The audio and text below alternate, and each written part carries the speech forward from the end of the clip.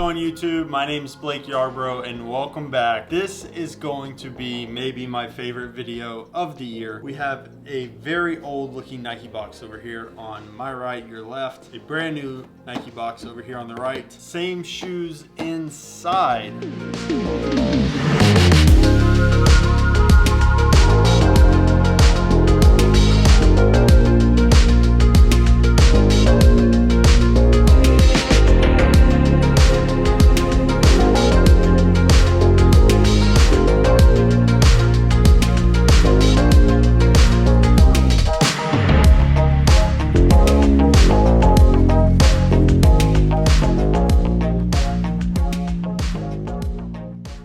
Same shoes inside. Super excited to do this comparison for you today, guys. If you like the video, leave a like down below, subscribe. I'm doing a sneaker giveaway this month. I'll tell you the details a little bit later. Thank you to Trade Block for sponsoring today's video. Now let's start with the packaging. We'll start with the new box. This right here is a Nike Dunk Low Retro Quick Strike in flash, white, argon blue, and flash. So you know what's inside. We have the brand new pair of Argon Dunks. My brother actually got early access or exclusive access on these, so shout out to Max for letting me borrow these. I'll show you the packaging. It's just a plain red Nike sportswear box. And then over here on my right, we have the old early 2000 box.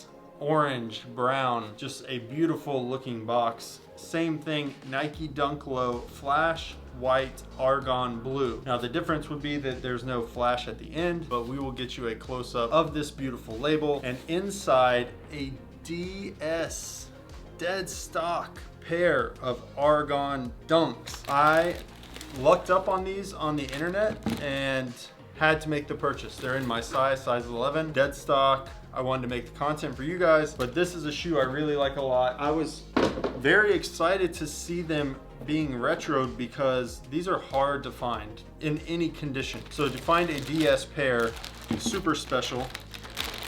Go ahead and pull them out. Now we are going to do a review for you guys of both shoes and show you the differences, and we will start with the outsoles. Now, the outsoles are very similar. I'll try to keep them the same throughout the video. On the left, you have the new 2022 pair, and on the right, you have the original 2001. Now, this is a 2001 Nike Dunk. It was released as a CO.JP, just like some of the Jordan 1s we've been seeing retroed. So this was a Concepts Japan release originally, and as you can see, the outsoles look nearly identical. I would say that the old one might be a little bit brighter than the new one, but it's very, very close. Moving from the outsole to the midsole, they're both white. Now, of course, the one that is from 2001, even though it's DS, it has aged just a bit, so you've got kind of that off-white look. And then the stitching, Nick noticed the stitching. The stitching on the new pair from 2022 is obviously very bright white, whereas this has gotten like an eggshell white color, and it looks fantastic. Now, the same thing will happen to these over time, but because it's already on this pair, it just looks fantastic. Now here's where we get into some of the differences. Moving on to the upper, I would say that the color is spot on. As far as the blue, the two blues go, flash and argon, I would say those two colors are spot on, but you can see that there is definitely a difference in the shape of the toe. The old one had a lot more of a raised toe. This is the 2001 over here, and the new 2022 is a much more low profile toe. It doesn't raise up as much, which does play into the overall shape of the toe box as well. I feel like this one on the left, on my left, your right, this 2001 pair, the toe box is a lot more slim, a lot more pointed, whereas when you look at the toe box on the new 2022 pair, it's a lot flatter, a lot wider. These peaks right here look a lot different. This one's a lot more slim. This one's a little bit more rounded out. So that's really the first difference that you can see between the two shoes, as well as on the toe box, the perforations in the toe boxes. The old one are a little bit larger than the new one. So that's a small difference, but it is a difference that you can definitely see even with your naked eye. Moving up the shoe, there is another difference, and this is something that really irritates me. Nike did not put the same type of laces in this shoe, and let me show you what I mean. My brother actually lace swapped this one, but if you look at these two, the laces are completely different. They're both flat laces. However, this one's a thinner flat lace, if you know what I mean. And this one is a thicker cotton lace that would almost be like a wax lace, that it would be like this type of lace typically that's waxed. And I don't know why they typically make Jordans with these flatter type laces. So I don't know what is the deal with these new Dunk laces. They're absolutely trash, Nike. You put the good ones in the Brazils and some of the earlier Dunks, but now you've moved on to this lace. Go back to this one. But then moving on from there, you've got the tongue. Now there is a difference in the tongues. I'll pull them up so you can see. So here we have the 2001 pair, and here we have the 2022 pair. The shape of the tongue is different. This one comes out, it's flared out a lot more at the top, whereas this one is more rounded. It's not quite as flared when it comes to these corners. This one's a little bit more rounded. And then overall, I would say the color is on point, but the tags are different on the front. This one's got a more vintage, thicker, wider Nike swoosh. This one's got the kind of newer style Nike swoosh. Not sure why they didn't replicate that a little bit closer. I think this looks a lot cooler. Maybe they just wanted to do, you know, the new age kind of Nike thing. So the tongue tags are slightly different. However, on the rear, they do say the same thing, but I'll show you another difference here just real quick. So this one, it says made in Indonesia. This one made in China. So 2001 pair made in China, 2022 made in Indonesia, slight difference. And honestly, the back of the tongue, the materials are a bit different as well. I didn't notice this earlier, but this one's a little bit softer. This one's kind of got more like of a mesh texture to it, so that's the difference there. The padding in the 2001 tongue seems a little bit thicker, a little bit more plump than the newer pair as well. And then before we move away from there, I wanted to show you guys this, the edge where the leather upper panels all come together around the eyelets. This is thicker for sure, totally different as far as the thickness on this piece here. You can see you've got the argon and the flash blue, and then you've got this white liner on the inside, whereas on this one, you do not have two layers of that leather. You've just got blue and then the white liner on the inside. So I would say as far as quality goes, just like everybody always says, the older pairs were made better. You can definitely see the evidence right there on the upper. Last thing, maybe this little lace loop is a little bit thinner on the older pair, a little bit wider on the new pair, just a small difference. And then when you get to the sock liner, they did a really good job on the sock liner, to be honest, guys. The sock liner has got like this kind of almost like a nylon. It's like really tight knit on the sock liner, and the old one is padded. This padding is so soft. It's like a really old SB almost. Not quite as thick, but just super soft on the padding. And I will say they did a good job as far as putting nice padding on these. It's not quite as soft, but that might just be because it's new. This could have been just as tough when it was new. I'm not sure on that. But they did a good job as far as trying to get that texture right. I would say it's almost on point. So good job on that. The only thing that's kind of weird is where it wraps around right here. If you see from the top eyelet, it's 1, 2, 3. It kind of stops right there at the third one. This 1, 2, 3, this piece right here goes almost to the fourth eyelet. Just a small difference. When you look at it like this, you can definitely see that this one stops a lot shorter than this one.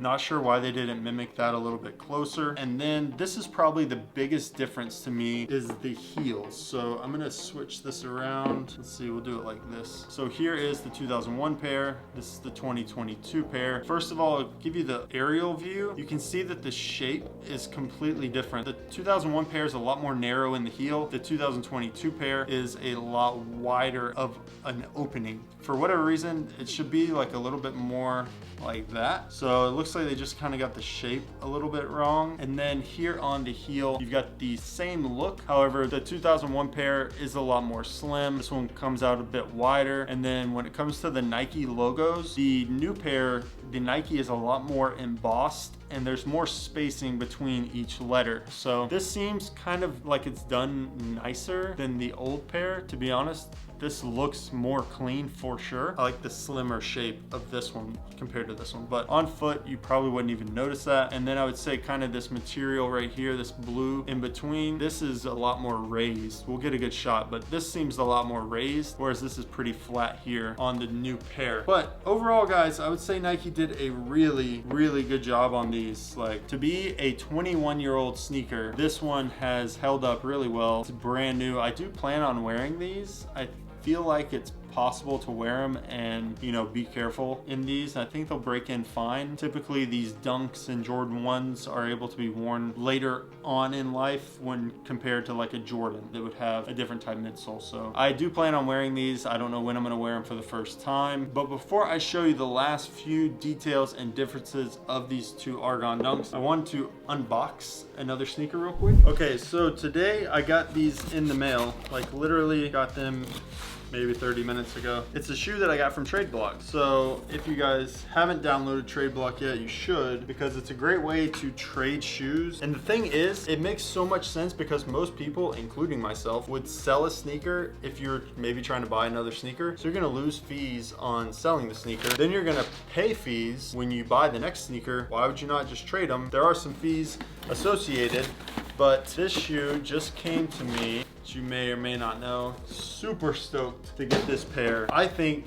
I would rank it potentially #1, but probably #2 when it comes to the Pata Air Maxes. So here we have the white pair. These are absolutely fantastic. Shout out to Trade Block for sending these over. But I've been working with them and I'm on the app every single day basically. And so if you want to trade some shoes, download the Trade Block app. It's down in the description, top comment. Make sure you follow me guys on the app. I do giveaways on there as well, giving away shoes, giving away cash. So make sure you follow me on Trade Block. These are sick. They do all kinds of these crazy cards too, which sometimes you can win shoes just from collecting those cards. But jumping back into the Argons, we've got the 2001 pair on the right, 2022 pair on the left. Now the insoles, I would say honestly look basically spot on as far as the color and logos and everything. Insoles look really good, so good job on that one. The other detail that they did place in a similar fashion is the size tag. I grew up with these style size tags in the 2001 pair, so this definitely brings me back to some of my older sneakers, but we'll get a good shot. You've got the old style Nike tag right there, and then of course the new style with the QR code on the 2022 pair. That's a difference, but they did place them in the same spots, so that's good. Both got paper inside. They kept that similar or original. And then one thing I did notice earlier on the toe boxes and really around the entire sneaker is the stitching looks a little bit different. On the 2001 pair, the spacing between each stitch is a little bit wider, whereas on the 2022 pair, you've got a lot tighter stitches. And so that's a difference. Not sure why it would be any different. It's not a huge deal, it doesn't matter really either way, but it is a difference that I noticed. Other than that, I would say when it comes to leather quality, I'm sure that's a question that you guys were wondering, it doesn't feel that much different. I would say that the older pair does look like it has thicker panels of leather, and definitely, like I showed you guys earlier, the difference right here where you can see them layered, whereas this one doesn't have that. That's definitely a difference. So I would say still say the quality on the 2001 pair is better. It's gotta be. I feel like you can just see it in the makeup of the shoe, but I do think Nike did a really good job with this. I think as with the Air Max 1 Hemps and the Dirty Denims, they're trying to bring back some of the older, very popular sneakers. This is a grail for a lot of people that collect Dunks. I love this colorway, and it reminds me of like the Brazils. So this one right here is definitely a grail for a lot of people. So it's cool to see Nike bring it back. And overall, I would say Nike did a great job on this sneaker. Overall, a great job. There are little differences that may bother you, maybe not. And to me, it doesn't really bother me. Like the tongue tag being a little different, the heels being slightly different. Not a big deal, because at the end of the day, the shoe looks the same on your foot. And this is a brand new pair that will be able to be worn for years and years to come. So shout out to Nike for bringing back one of the greatest dunks, arguably ever. I know a lot of people really like this dunk. I'm happy to see it back. If you guys enjoyed today's video, make sure you leave a like down below. Subscribe if you haven't already. We've got a giveaway on the Tom Sachs General Purpose shoe. Just make sure you follow me on Instagram. And with that, guys, we're on to the next sneaker.